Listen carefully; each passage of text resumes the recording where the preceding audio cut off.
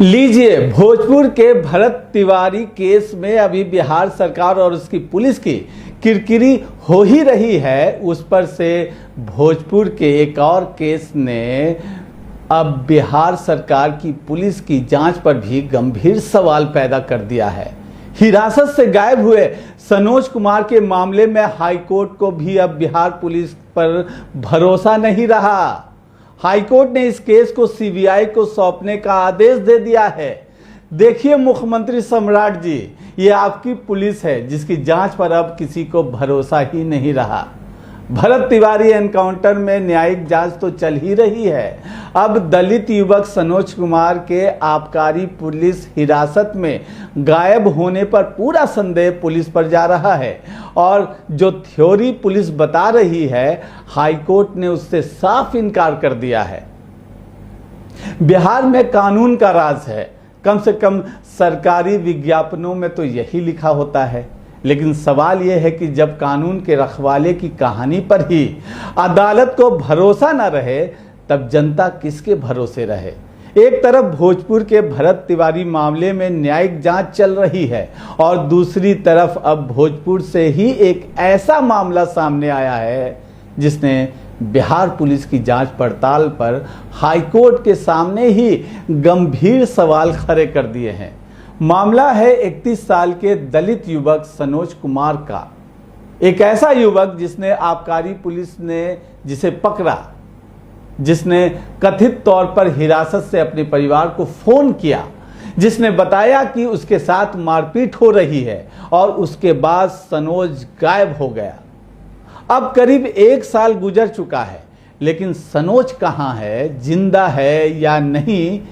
अगर नहीं है तो उसके साथ क्या हुआ? और सबसे बड़ा सवाल, जिस पुलिस की हिरासत में वो आखिरी बार देखा गया, उसी पुलिस की जांच पर भरोसा कैसे किया जाए? और शायद यही सवाल पटना हाईकोर्ट ने भी पूछा है। देखिए मुख्यमंत्री जी, ये वही पुलिस है जिसे सरकार जनता की सुरक्षा की जिम्मेदारी देती है, लेकिन अगर उसी पुलिस की जांच को हाईकोर्ट सीबीआई के हवाले कर दे तो सवाल सिर्फ एक केस का नहीं रहता, सवाल उस पूरी व्यवस्था की विश्वसनीयता का हो जाता है। क्योंकि पुलिस का काम सिर्फ एफआईआर लिखना नहीं, पुलिस का काम सच सामने लाना है। और अगर सच सामने लाने की जगह कहानी सामने आने लगे तो अदालत को भी पूछना पड़ता है, भाई ये कहानी है या जांच? अब मामला पूरा क्या था आपको बता देते हैं। 13 अगस्त 2025 भोजपुर के बिहिया थाना क्षेत्र की धरहरा मुसहर टोली सेंटरिंग मिस्त्री का काम करने वाला 31 वर्षीय सनोज कुमार, परिवार के मुताबिक उसे आबकारी पुलिस ने पकड़ा। सनोज ने कथित तौर पर हिरासत से फोन किया, परिजनों को बताया कि उसके साथ मारपीट की जा रही है और फिर फोन बंद। इसके बाद परिवार परेशान। आदमी गया कहां? पुलिस के पास गया था, लेकिन पुलिस हिरासत से गायब कैसे हो गया? और यहीं से शुरू होती है उस कहानी की शुरुआत जिस पर अब हाईकोर्ट ने गंभीर सवाल उठाए हैं। पुलिस की तरफ से कहानी आई, सनोज चलती गाड़ी से कूदकर भाग गया। जी हां, चलती गाड़ी से। अब जरा कल्पना कीजिए, एक बोलेरो चल रही है, अंदर पुलिस है और हिरासत में लिया गया आदमी अचानक सोचता है आज तो मेरी जिंदगी एक्शन फिल्म वाला सीन करते हैं और चलती गाड़ी से कूद जाता है। लेकिन मामला यहीं खत्म नहीं होता। हाईकोर्ट के सामने जो तथ्य आए उसके मुताबिक सीसीटीवी और प्रत्यक्षदर्शियों ने ऐसी तस्वीर सामने आई, उनके मुताबिक सनोज को घसीटकर पुलिस वाहन में बैठाया गया और अदालत ने पुलिस की उस थ्योरी को स्वीकार नहीं किया कि वो चलती गाड़ी से कूदकर फरार हो गया। यानी जिस कहानी को पुलिस ने जांच का आधार बनाया, अदालत ने उसी कहानी पर सवाल खड़ा कर दिया। और फिर आया बोलेरो का सवाल। अब आते हैं उस सवाल पर जो सुनने में किसी फिल्मी पटकथा जैसा लगता है। पुलिस की कहानी में कहा गया कि सनोज चलती गाड़ी से कूदकर भाग गया, लेकिन हाईकोर्ट के सामने ये सवाल आया कि अगर गाड़ी पूरी तरह बंद थी तो वो बाहर निकला कैसे। कोर्ट ने कथित तौर पर इस कहानी को मनगढ़ंत माना और यहीं से मामला और गंभीर हो जाता है, क्योंकि अगर पुलिस की शुरुआती कहानी ही अदालत के सामने टिक नहीं पाती तो फिर जांच किस आधार पर चल रही थी, सबूत कहां थे, गवाहों की बात कहां थी, सीसीटीवी का क्या हुआ और सबसे बड़ा सवाल सनोज कहां गया। अब कहानी में एक और ट्विस्ट आता है, गायब युवक का मोबाइल। आरोप है कि आबकारी विभाग के एक अधिकारी ने उसका मोबाइल कई दिनों तक अपने पास रखा। अगर यह बात जांच में सही पाई जाती है तो सवाल उठता है कि मोबाइल पुलिस के पास कैसे पहुंचा, क्यों रखा गया, किसने रखा और इतने महत्वपूर्ण डिजिटल सबूत को लेकर पारदर्शिता क्यों नहीं दिखाई गई। क्योंकि आज के दौर में मोबाइल सिर्फ मोबाइल नहीं होता, मोबाइल में लोकेशन होती है, कॉल रिकॉर्ड होते हैं, मैसेज होते हैं, कई बार पूरा घटनाक्रम उसकी डिजिटल याददाश्त में दर्ज होता है।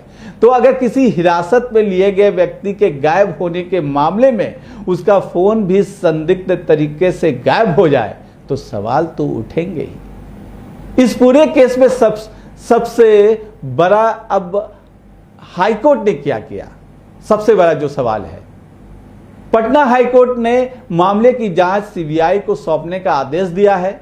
मतलब साफ है, राज्य की जांच एजेंसियां इस मामले में अदालत का भरोसा कायम नहीं कर पाई।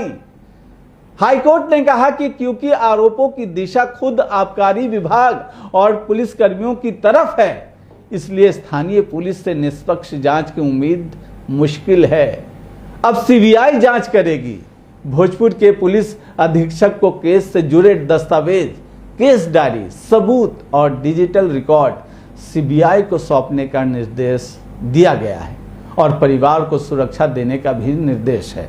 यानी मामला अब सिर्फ एक गुमशुदगी का नहीं रहा, यह सवाल बन चुका है, क्या हिरासत में लिए गए किसी नागरिक की सुरक्षा की जिम्मेदारी लेने वाली पुलिस उसके गायब होने के बाद भी अपनी ही जांच की निष्पक्षता साबित कर सकती है।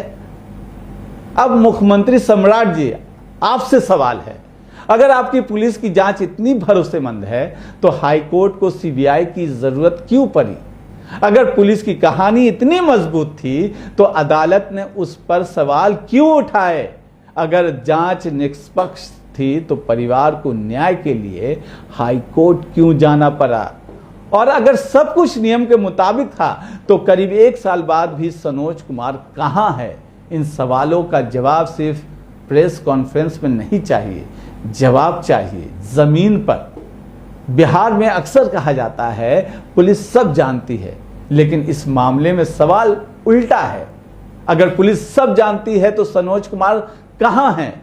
यह सवाल किसी विपक्षी पार्टी का नहीं है, यह सवाल किसी राजनीतिक मंच का भी नहीं है, यह सवाल एक परिवार का है, एक पिता का है और अब यह सवाल हाईकोर्ट के सामने भी है। एक तरफ पुलिस की थ्योरी, सनोज चलती गाड़ी से कूदकर भाग गया, दूसरी तरफ अदालत के सामने आए तथ्य, सीसीटीवी और प्रत्यक्षदर्शियों से अलग तस्वीर। एक तरफ पुलिस की जांच, दूसरी तरफ हाईकोर्ट का आदेश, सीबीआई जांच करे। अब जनता खुद तय करे किस पर भरोसा किया जाए। भरत तिवारी से सनोज कुमार तक बिहार पुलिस पर सवाल उठ रहे हैं। भोजपुर का नाम हाल के दिनों में एक और विवादित मामले को लेकर चर्चा में रहा है। भरत तिवारी मामले में न्यायिक जांच चल रही है। अब सनोज कुमार के मामले में हाईकोर्ट ने सीबीआई जांच का रास्ता खोल दिया है। दोनों मामलों के तथ्य अलग हैं, लेकिन एक सवाल दोनों मामलों के बीच जनता के सामने जरूर खड़ा होता है। क्या बिहार पुलिस अपनी कार्रवाई और अपनी जांच पर जनता का भरोसा कायम रख पा रही है? क्योंकि सरकार चाहे जितनी बार कहे कि कानून अपना काम कर रहा है, जनता पूछेगी कौन सा कानून? वही कानून जिसमें हिरासत में लिया गया आदमी गायब हो जाए, या वो कानून जिसमें अदालत को जांच दूसरी एजेंसी को सौंपनी पड़े? सनोज कुमार की कहानी अभी पूरी नहीं हुई है। सीबीआई अब जांच करेगी। यह पता लगाया जाएगा कि आखिर उस दिन क्या हुआ था। सनोज कहां गया, उसके साथ क्या हुआ, कौन जिम्मेदार है और क्या किसी ने सबूत छिपाने या जांच को प्रभावित करने की कोशिश की। इन सवालों के जवाब जांच से आएंगे। लेकिन एक बात अभी साफ है, इस मामले ने बिहार पुलिस की जांच पर एक बड़ा सवालिया निशान जरूर लगा दिया है। तो मुख्यमंत्री जी, सरकार आपकी है, पुलिस आपकी जिम्मेदारी है, लेकिन न्याय वो जनता का अधिकार है। और जब एक परिवार अपने बेटे को खोजने के लिए अदालत पहुंचता है और अदालत कहती है कि अब जांच सीबीआई करेगी, तो सरकार को इसे राजनीतिक हमला नहीं समझना चाहिए, इसे चेतावनी जरूर समझना चाहिए। क्योंकि सरकार बदलती रहती है, अधिकारी बदलते रहते हैं, पुलिस अधिकारी आते जाते रहते हैं, लेकिन जनता का भरोसा अगर एक बार टूट जाए तो उसे वापस बनाना सबसे मुश्किल काम होता है। और भोजपुर से उठ रहा सवाल बहुत सीधा है, हिरासत में गया सनोज कुमार आखिर गया कहां? इस सवाल का जवाब चाहिए, कहानी नहीं, बहाना नहीं, थ्योरी नहीं, सच चाहिए। और अब उस सच की तलाश बिहार पुलिस नहीं, सीबीआई करेगी। तो इस मामले में पल पल की अपडेट हम आगे भी आपको देते रहेंगे। तो मिलते हैं अगले एपिसोड में।